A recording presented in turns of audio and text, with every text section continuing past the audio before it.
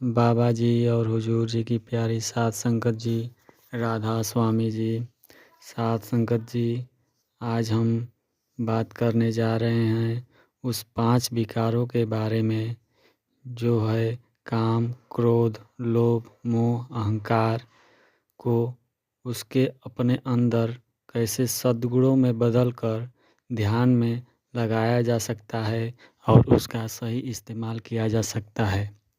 तो चलिए शुरू करते हैं। इसका टॉपिक है भजन बंदगी के लिए 5 विकारों को सद्गुणों में बदलना। कैसे बदल सकते हैं? तो चलिए देखते हैं। निर्मल सोच से भजन सुमिरन में रुकावट डालने वाले भावों और विचारों को सही दिशा मिलती है। लेकिन यह बात भी ध्यान रखने लायक है कि रूहानी अभ्यास की बात आते ही मन इतना जिद्दी हो जाता है कि यह सब कुछ उल्टा ही सोचता है। रूहानी मार्ग में हम काम, क्रोध, लोभ, मोह, अहंकार के बजाय मन में इनके प्रतिकूल गुण विकसित करने की बात करते हैं ताकि हमें भजन सुमिरन में सहायता मिले। क्या हम ऐसा करने में सफल होते हैं? नहीं। आमतौर पर होता यह है कि मन बीच में आ जाता है और सब कुछ उलट-पुलट कर देता है। उदाहरण के लिए काम इंद्रियों के भोगों में लिप्त रहना है और इसके उलट अच्छा गुण है शील या संयम। पर अपने आप को रूहानी मार्ग का यात्री कहने के बावजूद हम शील या संयम को कहाँ अपनाते हैं। अक्सर देखने में आता है कि इसमें से बहुत सारे लोग परमार्थ के मार्ग पर चलते हुए केवल भजन बंदगी में ही कमी लाते हैं, उसमें संयम बरतते हैं। यह कैसी विडंबना है। हमें तो यहाँ तक कह देते हैं कि अधिक भजन सुमिरन करने में भी खतरा है। उधर दूसरी ओर हम काम वासना में बह जाने की अपनी कमजोरी के पक्ष में क्या क्या दलीलें नहीं देते। हम कह देते हैं मैंने तो अनुभव प्राप्त करने के लिए भोग भोगा था, या मेरे लिए यह अनुभव करना ज़रूरी था, मुझे इस चीज़ का ज्ञान होना चाहिए, मुझे इस अनुभव में ही गुजरना ही चाहिए था, वगैरह वगैरह। आध्यात्मिक मार्ग के यात्री होने के नाते हमारी सोच इससे उलट होनी चाहिए। हमारे अंदर भजन सुमिरन करने की कामना अधिक से अधिक होनी चाहिए। अगर हमारे मन में रूहानियत की गहरी लालसा है तो हमारे अंदर भजन सुमिरन करने की तड़प भी होनी चाहिए। हमें अपने मन में भजन सुमिरन के लिए इतनी प्रबल इच्छा होनी चाहिए कि हम वह अवस्था प्राप्त कर पाएँ जहाँ हम अपने आप को भुलाकर केवल भजन बंदगी में ही लीन रहें।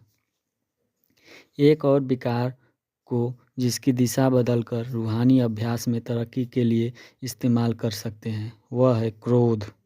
इस संसार में जब कोई ऐसा काम करता है जो हमें पसंद नहीं आता तो हम तुरंत प्रतिक्रिया करते हैं और उस व्यक्ति को सुधारने की कोशिश करते हैं। जब हम देखते हैं कि दुनिया वैसी नहीं है जैसी हम चाहते हैं तो हम क्रोध में आने लगते हैं। हम क्रोध में आकर कहते हैं यह व्यक्ति किसी काम का नहीं, मैं चाहता हूँ कि तुम इस तरह से चलो। पर जब भजन सुमिरन करने की बारी आती है तो हमें लगता है कि मन को माफ़ कर देना ही ठीक है।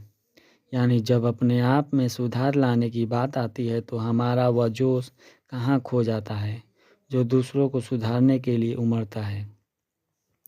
अपने मन को धिक्कारते या फटकारते हुए क्या हम कभी उसे सुधरने के लिए ऐसा कहते हैं, तुम्हें हर हालत में भजन के लिए बैठना होगा, तुझे भजन सुमिरन करना ही होगा। पर होता क्या है? अफसोस, हम क्षमा की सूरत बन जाते हैं। हम कहते हैं मेरे निर्बल मन, भजन तेरे लिए बहुत मुश्किल है। अगर तुझे ज़रूरत से अधिक दबाऊंगा तो तू विद्रोह कर देगा और मेरे ऊपर हावी हो जाएगा। जा, तुझे माफ़ किया, क्योंकि मुझे पता है कि तू बहुत कमज़ोर है। जब भजन सुमिरन को नियमित रूप से समय देने की बात आती है तो हम खुद को छूट दे देते हैं। भजन बंदगी में लापरवाही के लिए हम अपने आप को तो माफ़ कर देते हैं, पर दूसरों के साथ व्यवहार करते समय अपने क्रोध को कभी काबू में नहीं रखते। होना तो बिल्कुल इसके उलट चाहिए। अगर क्रोध करना है तो हमें चाहिए कि अपने मन पर क्रोध करें। हमें मन से कहना चाहिए, तूने मेरा क्या हाल बना दिया है। तू मुझे गलत रास्ते पर डालने की कोशिश क्यों कर रहा है। तू मुझे अपना जीवन बर्बाद करने के लिए क्यों मजबूर कर रहा है। तू चुप होकर शांति से क्यों नहीं बैठता। अब लोभ की बात करते हैं। हम कितना समय रोज़ दुकानों में, बड़े बड़े स्टोरों में या कंप्यूटर की सहायता से जीवन की सुख सुविधाओं का सामना खरीद कर इकट्ठा करने में लगाते हैं, उनका मज़ा लेते हैं और उनसे अपना हार श्रृंगार करते हैं। हमें सबसे बढ़िया कार चाहिए और सबसे बढ़िया बंगला चाहिए। हम चाहते हैं कि लोगों में हमारी मान्यता हो और हमारी जान पहचान का दायरा बहुत बड़ा हो। ये बातें चाहे हमें छोटी और महत्वहीन लगे, हम इन पर ध्यान ही नहीं देते।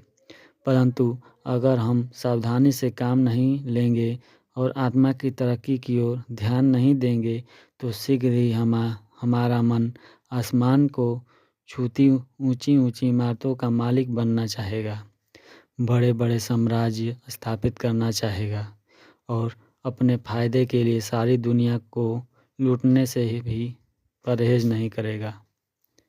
हो सकता है कि हमें जो ज्ञान, जो विद्या प्राप्त है उससे संतुष्ट न होकर हम सारी दुनिया का ज्ञान हासिल करके सबको अपने ज्ञान द्वारा चौंका देना चाहें। सच तो यह है कि जो कुछ हम चाहते हैं उनमें से बहुत सी चीज़ों की हमें ज़रूरत ही नहीं होती। यह सब लोभ लालच ही तो है। परंतु क्या अंदर भजन सुमिरन के लिए भी ऐसा ही लोभ है? क्या हमारे अंदर अधिक से अधिक भजन सुमिरन करने को चाहत है? बिल्कुल नहीं। जब भजन सुमिरन की बारी आती है तो हम में एकदम संतुष्टि की भावना आ जाती है। हम मन में सोचते हैं, मुझे स्वाभाविक ढंग से संतुलित जीवन व्यतीत करना चाहिए। मैं इतना ही भजन सुमिरन कर सकता हूँ। मैं जितना भजन सुमिरन पाता सकता हूँ उतना मैंने कर लिया है। सत्संग में तो मैं जाता ही हूँ, इतना सब ही काफ़ी है। जिससे हृदय में सतगुरु के लिए प्रेम होता है वह भजन सुमिरन को लेकर कभी संतुष्ट नहीं होता। उसके अंदर भजन सुमिरन की चाहत बनी रहती है, ऐसी चाहत जो खत्म नहीं होती। हमें अधिक से अधिक भजन सुमिरन करना है। हमें अपने अंदर सतगुरु के ज़्यादा से ज़्यादा दर्शन करने हैं। हमें अपने अंदर ऐसी चाहत पैदा करनी है। जब हम मोह का विश्लेषण करते हैं तो हमें क्या पता चलता है? अगर हमारे प्रियजन को कोई मारता है तो हम किसी भी तरह की सहायता का इंतज़ार नहीं करते। हम एकदम उसे बचाने के लिए कूद पड़ते हैं। हमारे प्रियजन को मारने वाला व्यक्ति चाहे जितना भी ताकतवर क्यों न हो, या फिर 15-20 व्यक्ति मिलकर हमारे मित्र को क्यों न मार रहे हों, हम किसी भी बात की परवाह किए बिना उसे बचाने के लिए दौड़ पड़ते हैं, क्योंकि हमारा उसके साथ लगाव है। परंतु जब भजन सुमिरन की बारी आती है तो परिस्थितियाँ बिल्कुल उलट हो जाती है। हमारी वास्तविकता आत्मा है। मन इंद्रियों मिलकर इसे कष्ट पहुंचा रहे हैं, इसकी पवित्रता को भंग कर रहे हैं और इसकी हस्ती मिटाने के लिए उतावले हैं। फिर भी हम आत्मा के इस संकट के प्रति तटस्थ होकर तमाशा देखते रहते हैं। हम यह कहकर संतोष कर लेते हैं, बेचारी आत्मा, तुम्हारी क्या दुर्दशा हो रही है। मन इतना शक्तिशाली है कि मैं तेरा बचाव नहीं कर सकता। ऐसे अवसर पर हम आत्मा के प्रति बिल्कुल बेलाग हो जाते हैं। हम कह देते हैं, प्यारी आत्मा, तू चिंता मत कर अंत में सतगुरु जरूर आएंगे और एक सुपरमैन की तरह तुझे छुड़ा लेंगे।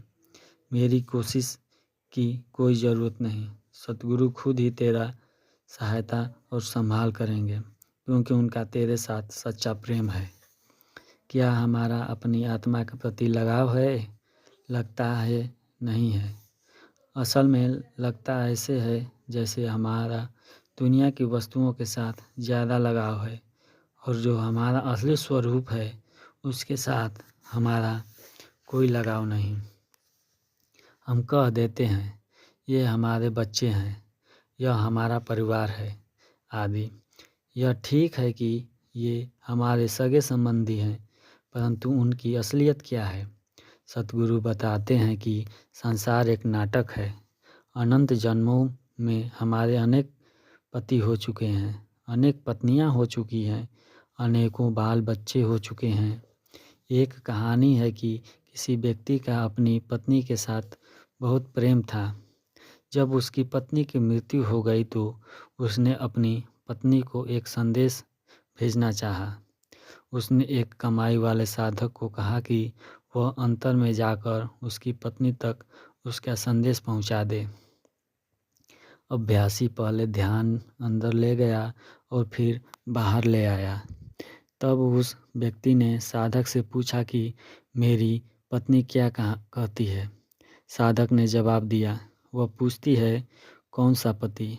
जब से मैं इस सृष्टि में आई हूँ इस नाम के मेरे अनेक पति हो चुके हैं। आप कौन से पति की बात कर रहे हैं? यह है हमारे मोह की सीमा। हम सोचते हैं कि ये सच्चे संबंध हैं जो हमारे लिए महत्वपूर्ण हैं, और हमारी इन संबंधों के प्रति बहुत जिम्मेदारी है। परंतु रूहानी नज़रिए से देखें तो पता चलता है कि इस सारी सोच को पूरी तरह से पलटने की ज़रूरत है। जो कुछ हम इस समय कर रहे हैं हमें ठीक उसके विपरीत करना चाहिए। सबसे पहले आत्मा के प्रति अपने फर्ज को समझें और यह समझें कि आत्मा से ज़्यादा महत्वपूर्ण हमारे लिए कुछ नहीं है। अब हम पतन की ओर ले जाने वाले पांचवें विकार यानी अहंकार के बारे में बात करते हैं। हम सोचते हैं कि दुनिया को हमारी बहुत ज़रूरत है और लोगों को हमारे बड़प्पन के बारे में पता चलना चाहिए। हम सोचने लगते हैं कि लोग हमारा साथ चाहते हैं। हम चाहते हैं कि हमें हमारे काम के लिए और ज़्यादा मुआवजा मिले, और सतगुरु खुद आकर हमारी सेवा के लिए हमारा धन्यवाद करें। हमारे अंदर बहुत अधिक अहंकार भरा हुआ है, लेकिन जब रूहानियत की बारी आती है तो हम एकदम नम्रता का रूप बन जाते हैं कि हम तो कुछ भी नहीं हैं, हम तो एकदम निकम्मे हैं। हम कहते हैं कि हम अपना बचाव करने और अपने मन के साथ लड़ाई कर सकने के योग्य नहीं हैं। हम कहते हैं हे सतगुरु, आप ही यह काम कर दें, आप ही हमारी जगह भजन सुमिरन कर लें। हम दीनहीन बन जाते हैं, जबकि होना बिल्कुल इसके विपरीत चाहिए।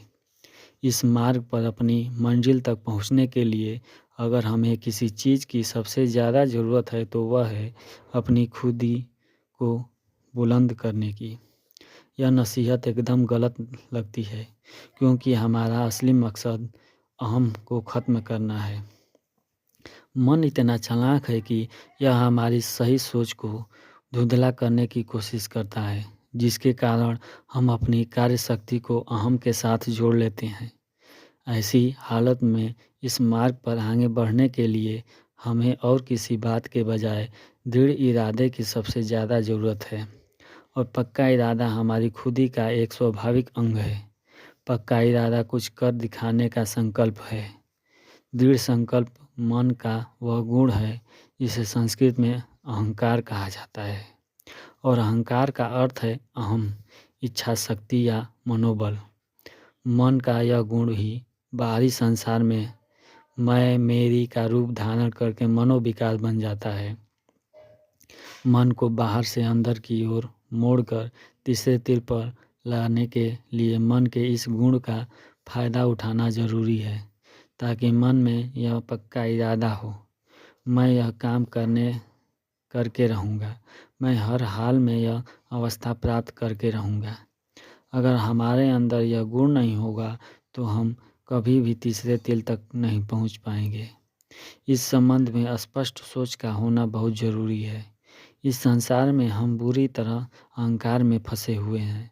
हम जो कुछ करते हैं अहम के अधीन होकर करते हैं और हम अहम के बिना जिंदा ही नहीं रह सकते।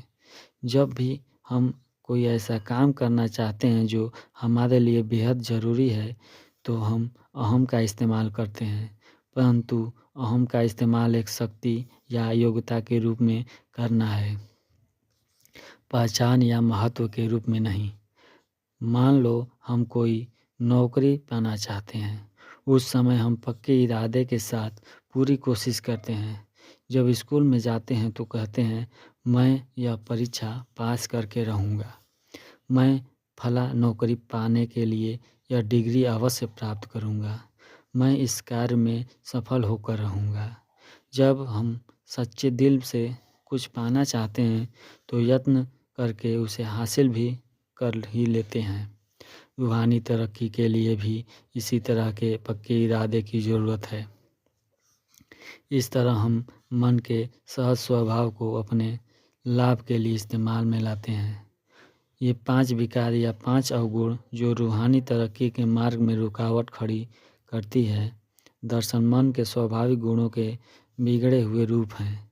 हम इनमें से एक विकार का रुख मोड़कर इन्हें बदल सकते हैं, तब ये हमारे पतन का कारण नहीं बन सकते और रूहानी मार्ग पर आत्मा की रफ्तार को कई गुना बढ़ा सकते हैं।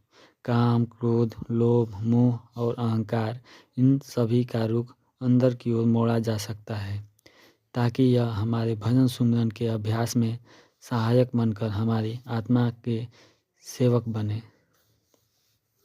जहाँ मन है वहाँ द्वैत है, जहाँ द्वैत है वहाँ हमें या अहम है।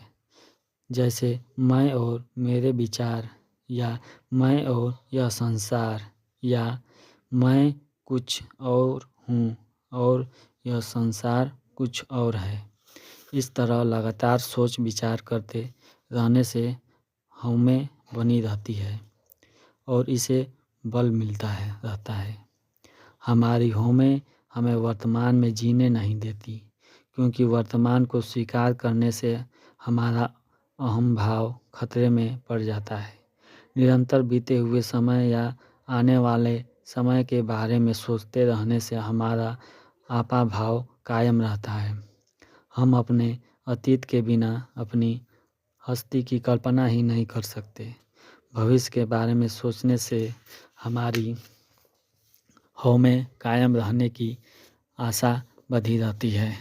इसलिए हमारी हस्ती किसी न किसी याद, स्थिति या समस्या के साथ जुड़ी रहनी चाहती है, क्योंकि इसी से इसका अस्तित्व बना रहता है।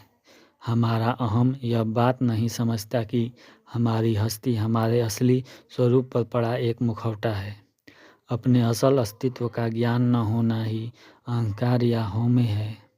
हमें अपनी पहचान के बारे में बड़ी गलतफहमी है, यानी जो हम वास्तव में हैं उसके बजाय हम अपने आप को कुछ और ही समझ रहे हैं।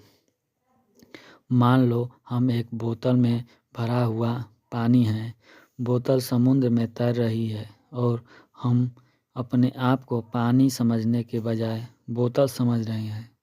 जब बोतल किसी चट्टान के साथ टकरा कर चूर चूर हो जाएगी तो पानी पानी में समा जाएगा। फिर हमारा अलग अलग अस्तित्व कहाँ रह जाएगा। फिर एक कतरा भी बाकी नहीं रहेगा और यह समुद्र में मिलकर समुद्र का रूप हो जाएगा। मौत आने पर हमारा धन संपत्ति और दुनियावी रिश्ते से नाता टूट जाता है। बाहरी संसार से नाता टूट जाने पर हम वह नहीं रहेंगे जो पहले थे। उस समय हमारी आज की हस्ती खत्म हो जाएगी और हमारा अहम भाव निराधार हो जाएगा। अंग्रेजी का शब्द पर्सनैलिटी यूनानी भाषा के शब्द प्रासोप्यून से बना है, जिसका अर्थ मुखौटा है। पुराने ज़माने में यूनानी रंगमंच पर जब कोई व्यक्ति किसी पात्र का रोल अदा करता था तो उसे मुखौटा पहना देते थे। हमारा आपा भाव, हमारी हस्ती, हमारा वजूद वह मुखौटा है जो हमने इस जीवन में अपने असली स्वरूप को ढकने के लिए पहन रखा है। यह हमारी झूठी पहचान है जो नाशवान है, परंतु हम इसी नकली रूप को अपना असली स्वरूप मान बैठे हैं। जब तक हौमे का मुखौटा नहीं उतरता तब तक शब्द और हमारे असली स्वरूप के बीच खड़ी द्वैत की भ्रमपूर्ण दीवार नहीं गिरती। तब तक हमें अपने वास्तविकता अस्तित्व का ज्ञान नहीं हो सकता। शब्द से दूर रखने वाली इस अहम की दीवार का निर्माण निरंतर सोच में डूबे रहकर हम खुद करते हैं। जहाँ सोच है वहाँ अहम है, जहाँ अहम है यानी मैं या तू का भाव है, वहाँ जादुई है, जुदाई है, विनाश और पीड़ा है। जब हम परम सत्य में समा जाते हैं तो न आपा भाव रहता है, न द्वैत और न ही जुदाई तथा पीड़ा। योग सूत्र में महर्षि पतंजलि कहते हैं कि चित्त वृत्तियों का निरोध ही योग है, अर्थात जब मन की तरंगें शांत हो जाती हैं तो आत्मा का परमात्मा से मिलाप हो जाता है। आत्मा को वापस परमात्मा में लीन करने का एकमात्र साधन मन को शांत करना है। यह कार्य कठिन जरूर है परंतु नामुमकिन नहीं। मन को सुमिरन में लगाकर हम अपने विचारों को वश में कर सकते हैं और इन्हें सही दिशा दे सकते हैं। इस तरह हम शब्द को सुनने के योग्य बन जाते हैं। जब तक शब्द की ध्वनि सुनाई नहीं देती हमें भजन का अभ्यास करते रहना चाहिए, और जब शब्द सुनाई देने लगता है तो वह चुंबक की तरफ हमें अपनी ओर खींचता है। ज्यों-ज्यों सूरत शब्द में लीन हो जाती है, अहम भाव कम होने लगता है और आत्मा इस पर प्रभावी होने लगती है। जैसे जैसे आत्मा का प्रभाव बढ़ने लगता है, मन शांत होने लगता है। मन को निश्चल करने का, शब्द के दिव्य संगीत में लीन होने का और शब्द के प्रकाश में ओतप्रोत होने का एकमात्र साधन भजन बंदगी की ही है। कुछ लोग को यह डर लगता है कि कहीं शब्द में लीन होने से उनका अस्तित्व खत्म तो नहीं हो जाएगा। सच्चाई इससे उलट है। वास्तव में हम अपने असली अस्तित्व को प्राप्त कर लेते हैं, जो निर्मल चेतना, पूर्ण आनंद और अनंत प्रेम की अवस्था है। हमें किसी हस्ती के खो जाने का डर है। जब हम आनंद रूप में हैं तो फिर अपने सच्चे घर से बिछुड़कर इस अंधकारपूर्ण संसार में कैदी बने रहने के में कहाँ की अक्लमंदी है। आओ हम बूंद से समुद्र बन जाएं। आओ कोशिश करें कि हमें दोबारा शरीर में कैद न होना पड़े। आओ हम शब्द में लीन होने के लिए प्रयास करें, क्योंकि हम वास्तव में शब्द ही हैं। यह हमारे अहम भाव की दीवार ही है जो हमें अपने असल की पहचान नहीं करने देती। अपने बारे में सोचते रहने के बजाय सुमिरन भजन द्वारा अपनी हौमे के सतगुरु को समर्पित करने से ही एक दिन की दीवार चूर चूर हो सकती है। अहम रूपी छलिए का मुखौटा उतर जाएगा और फिर हम जान जाएंगे कि वास्तव में कौन है। संगत जी, आप लोगों को यह सत्संग कैसा लगा कमेंट में बताएं, और अच्छा लगा तो सब्सक्राइब लाइक ज़रूर करें, और ऐसे ही सत्संग सुनने के लिए चैनल को सब्सक्राइब कर लें। धन्यवाद। राधा स्वामी जी।